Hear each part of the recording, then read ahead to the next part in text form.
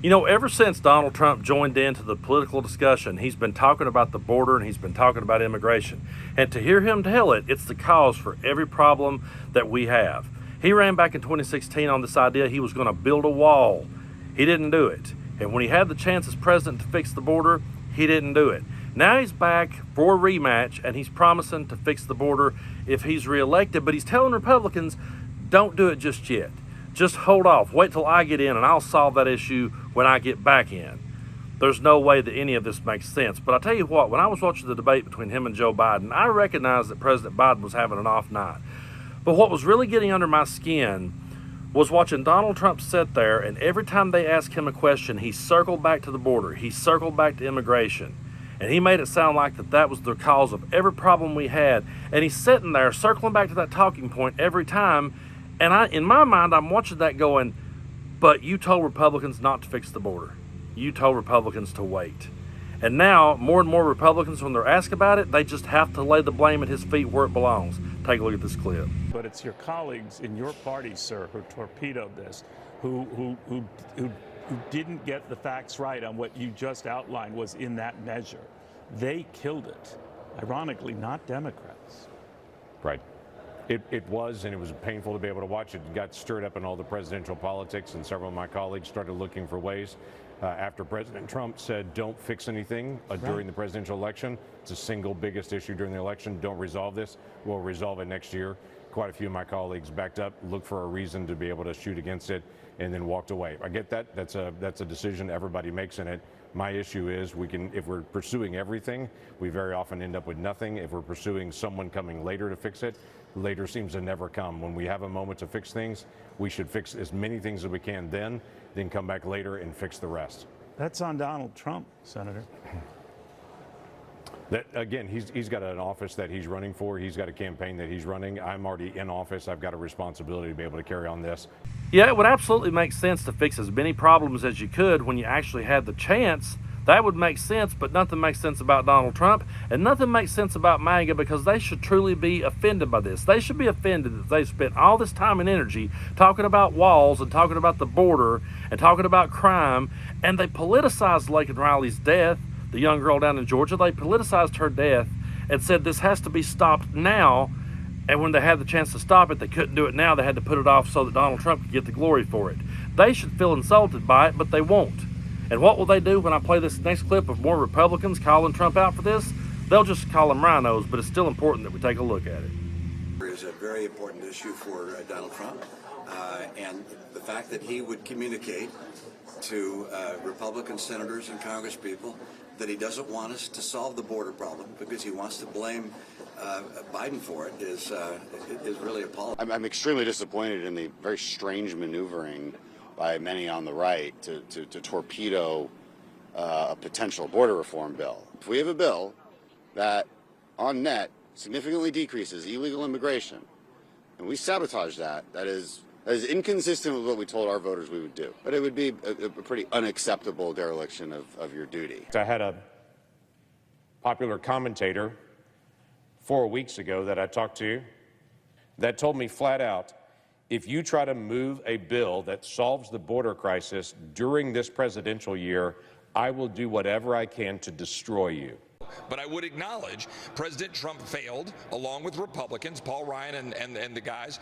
They failed in 2018 to actually move a border security bill to tighten this so that we weren't dealing with this crisis right now. They failed to actually get the wall built. President Trump signed 12 continuing resolutions after he said he would never sign another one if they didn't give him the money to finish building the wall.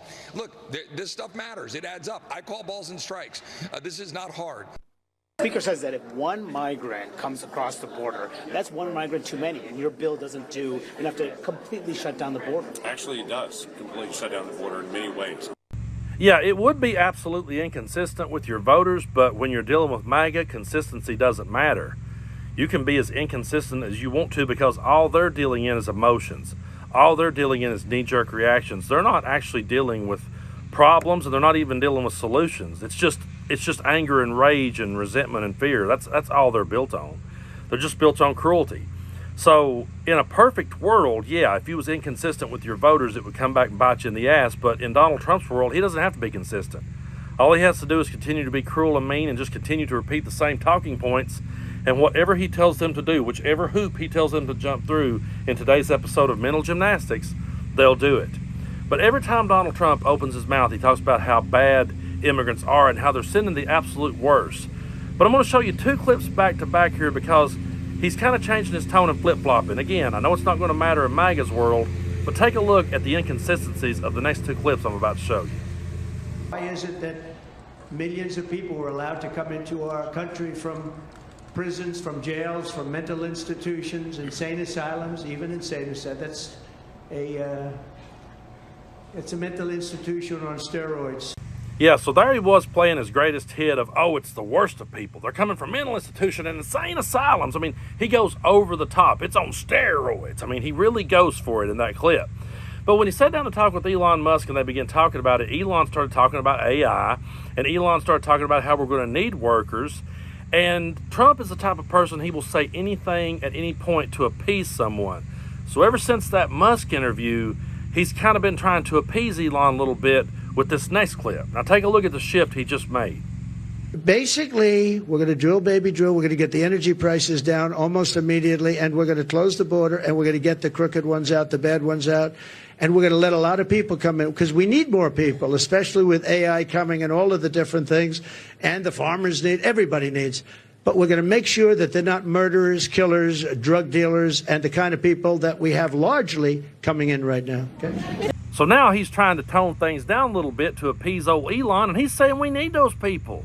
We need those people. We just need to work through and sort through the bad ones and make sure no one bad gets over here. But if you go back and look at every rally he's done, he stands up there and goes off on the whole insane asylum bit and talks about how it's the worst of people coming over. He's just suddenly changing his tune now to try to appeal to a few people, and there's people out there that's going to say, no, man, he wasn't talking about all of them. He's just talking about the bad ones.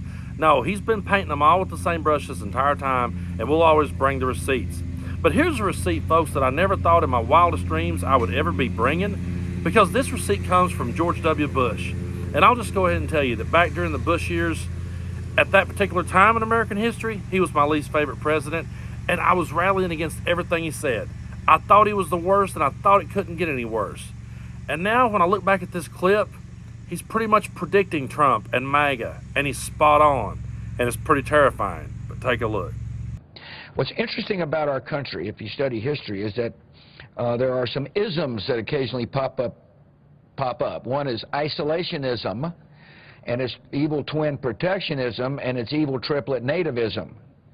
So if you study the 20s, for example, there was an American First policy that said, who cares what happens in Europe? Well, what happened in Europe mattered eventually because of World War II. There was Smoot-Hawley, which was a part of an economic policy, which basically said we don't want trade. In other words, let's throw up barriers. And there was an immigration policy that I think during this period argued we had too many Jews and too many Italians, therefore we should have no immigrants. And my point to you is we've been through this kind of period of isolationism, protectionism, nativism. I'm a little concerned that we may be going through the same period. So yeah, we've now reached the point in the show where George W. Bush is making sense. I never thought we would ever be there, but we absolutely are. I mean, that's pretty much him predicting exactly what we're seeing unfolding today, and you got to give W a little bit of credit. Long before it was trending on Twitter, W is the one that turned to Hillary Clinton and said, man, that was some weird shit. And you know, in some ways, you got to give W credit over one other thing. W realized when he left office that he was unpopular. He knew it. And he stopped talking. He didn't criticize Obama. He just kind of disappeared. You'd see him come out every once in a while. If they asked him to criticize Obama, he'd say, no, I'm not going to do that. And he just kind of stayed out of it and kept his mouth shut. He knew when to stay quiet. Then he waited until Donald Trump came into the political arena and just completely showed himself for the fool that he is. And then W goes on Ellen and sits down and starts showing her some paintings that he's been drawing. And when he did that, we were all like, wait, he kind of looks sane now. And then he sat down and ate candy with Michelle Obama and was all like, dang, I kind of miss the dude. And there he is, predicting MAGA word for word. We've completely jumped the shark at this point in the show if W is the one making sense. And if we're looking back going, yeah, you know, maybe he had a point. But that's how insane Donald Trump is, and that's how out of touch Donald Trump is. When Donald Trump can bring a progressive liberal like myself to agreeing with W, that tells you just how extreme that he is. But he's going to keep running on this issue of the border as long as he's around, folks. If he was reelected, he's not going to fix a damn thing. He has to keep the problems there. The problems have to be there so he can talk about them. Because if he actually fixed them and things were good, he wouldn't have anything else to talk about. He's running on fear and he's running on division. And that's what this whole thing has been this entire time. There has been more division since Donald Trump came into the political arena than ever before. And it's been so sad to watch. And it's been so sad to watch him demonize people come into this country just trying to make a better way for themselves. And yeah, there could very well be some bad people coming across the border. But what really kills me about the people in my part of the world is they'll sit back and talk about the drugs coming across the border, and yet they know people that lives up their holler that goes and gets it themselves. So it's not all bad people coming across the border from insane asylums and mental institutions and prisons, because there's no data to back any of that up. But we've got all the receipts to back up the division that Trump has sown, and we're going to keep pointing it out. And I'm glad to see there are some Republicans that's trying to call it out too. That's what we're going to have to do, folks. The reasonable people in the room is going to have to come together, and we're going to have to vote in November to put an end to this madness.